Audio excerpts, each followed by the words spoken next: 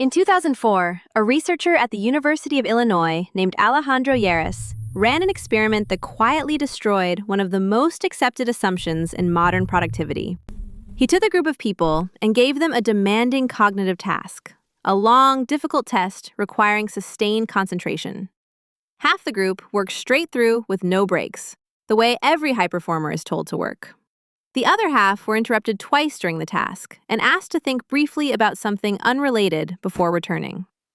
The no-break group showed a consistent, measurable decline in performance across the duration of the task. Their accuracy dropped, their speed dropped, their error rate climbed. The interrupted group maintained their performance level from beginning to end. Same people, same task, same total time, completely different output. Lleras published the findings. They got a small amount of coverage. And then the productivity industry, which had already sold millions of books, courses, and systems built on the idea that the problem was time management, quietly moved on. Because his findings did not have a productivity solution, they had an energy solution. And energy is not something you can sell a calendar system for. Here is the belief that is currently running your life, whether you know it is or not. You believe that if you could just get better at managing your time, better systems, better schedules, better discipline, better tools, you would finally get everything done. You would stop feeling behind. You would stop ending the day having been busy for 10 hours and having almost nothing to show for it. This belief is not stupid. It is everywhere. It is what every productivity book, every time-blocking tutorial, every morning routine video is built on. It is also the reason nothing has worked. Because time is not the variable. Time is fixed. You have the same 24 hours as everyone else, and no system on Earth changes that number by a single minute. What changes, what actually determines the output you produce in those hours, is the quality of the cognitive and physical energy you bring to each one. An hour at full energy is not the same as an hour at 40% energy, but your calendar treats them identically. Your to-do list treats them identically. Your entire productivity system treats them identically. This is not a scheduling problem. This is a physics problem. You have been optimizing the container while ignoring what is inside it. The 4 energy tanks nobody told you about. In 2003, management consultant Tony Schwartz and performance researcher Jim Lair published research that came out of an unlikely place: elite tennis. They have been studying why some professional tennis players consistently performed at their peak in the final sets of long matches, while others, with equivalent skill and equivalent fitness, collapsed. The physical conditioning between the two groups was nearly identical. The difference was not in the body.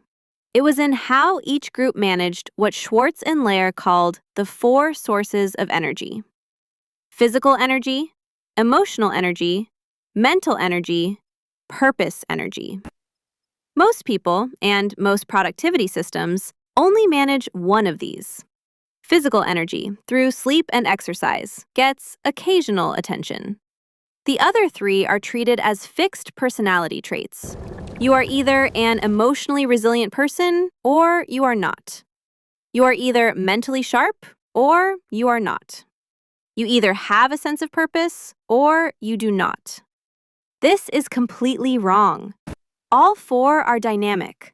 All 4 deplete under load. All 4 recover with the right inputs. And all 4 directly determine the quality of the work your hours actually produce. The tennis players who collapsed in the final sets were not less fit. They were running on 1 tank, while the other 3 were empty. The players who held their level were managing the recovery of all 4 simultaneously, not just through sleep, but through specific, deliberate practices between points, between games, between sets. Schwartz and Lair called these recovery rituals, not rest, not breaks, rituals. Specific, repeatable behaviors designed to partially restore a specific energy source between demands. The findings changed how they trained athletes, then how they trained executives. Then they wrote the book and watched the corporate world nod politely and go back to optimizing their calendars. You are going to do something different. Why your best hours are being spent on your worst work. Here is the mechanism that is silently destroying your output every single day. Your cognitive energy, specifically your capacity for deep thinking, complex decision-making, and creative problem-solving, follows a biological rhythm that has nothing to do with your schedule. It peaks approximately 1 to 3 hours after you fully wake, depending on your chronotype. It maintains a secondary peak in the late afternoon for most people. And it is at its absolute lowest in the early to mid-afternoon, typically between 1 p.m. and 3 p.m.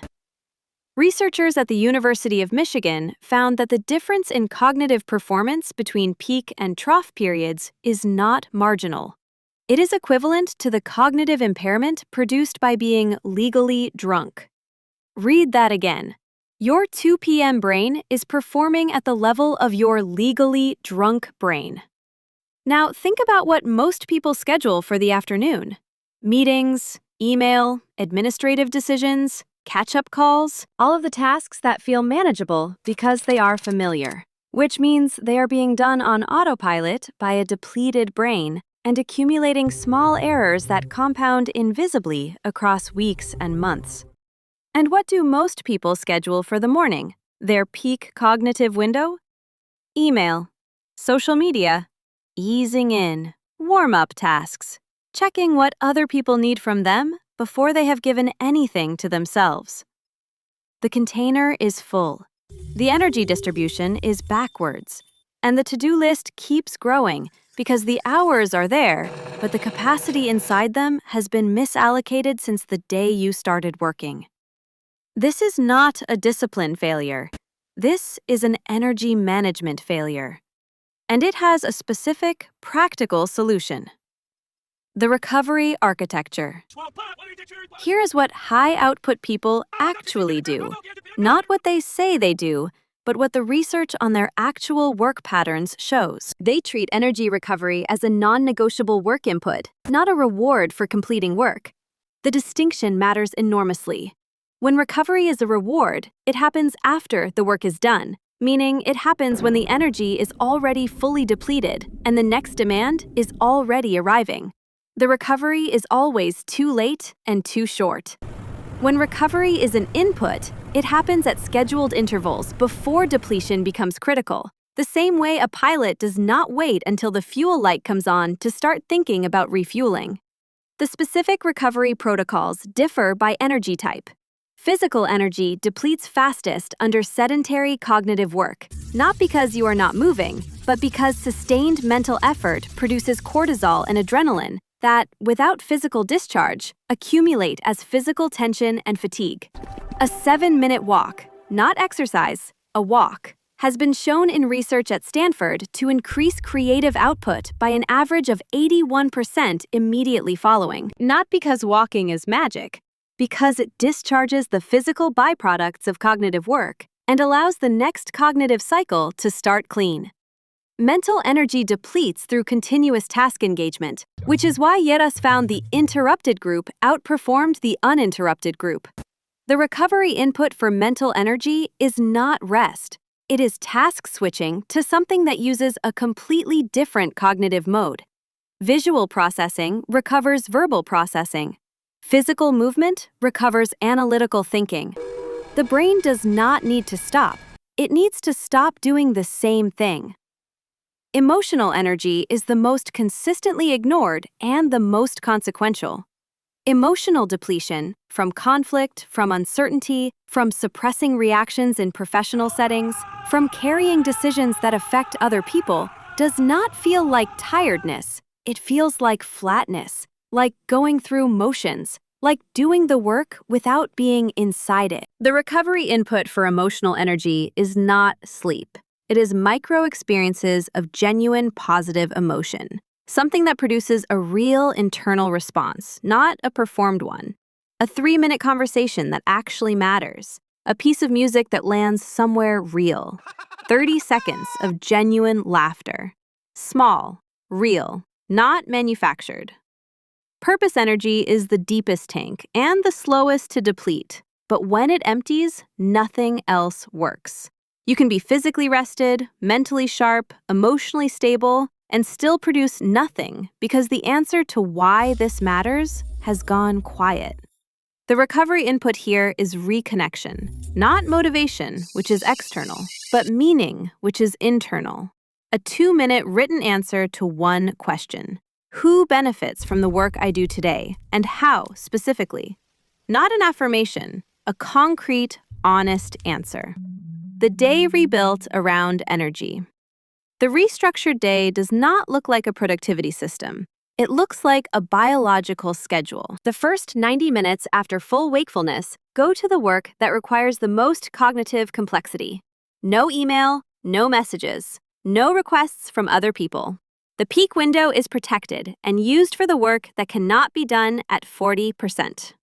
Every 90 minutes, a deliberate recovery input matched to the energy type most depleted. Not a break in the passive sense, a specific, short, intentional act designed to partially restore a specific tank. The afternoon trough, 1 p.m. to 3 p.m., is used for work that runs on familiarity rather than freshness. Administrative tasks, routine communication, decisions that have already been partially made. The depleted brain handles these adequately. It cannot handle novel complexity adequately. Stop asking it to. The late afternoon secondary peak, if your chronotype produces one, goes to collaborative work, communication that requires emotional intelligence, and creative thinking that benefits from a slightly looser cognitive state. The evening wind-down is treated as preparation for the next day's peak, not as leftover work time. Sleep is not recovery from the day, sleep is fuel for tomorrow's first 90 minutes. Treating it as anything less is borrowing against your own performance. You have tried the calendar systems. You have tried the morning routines. You have tried the discipline approaches. You have tried working harder inside the hours you already have.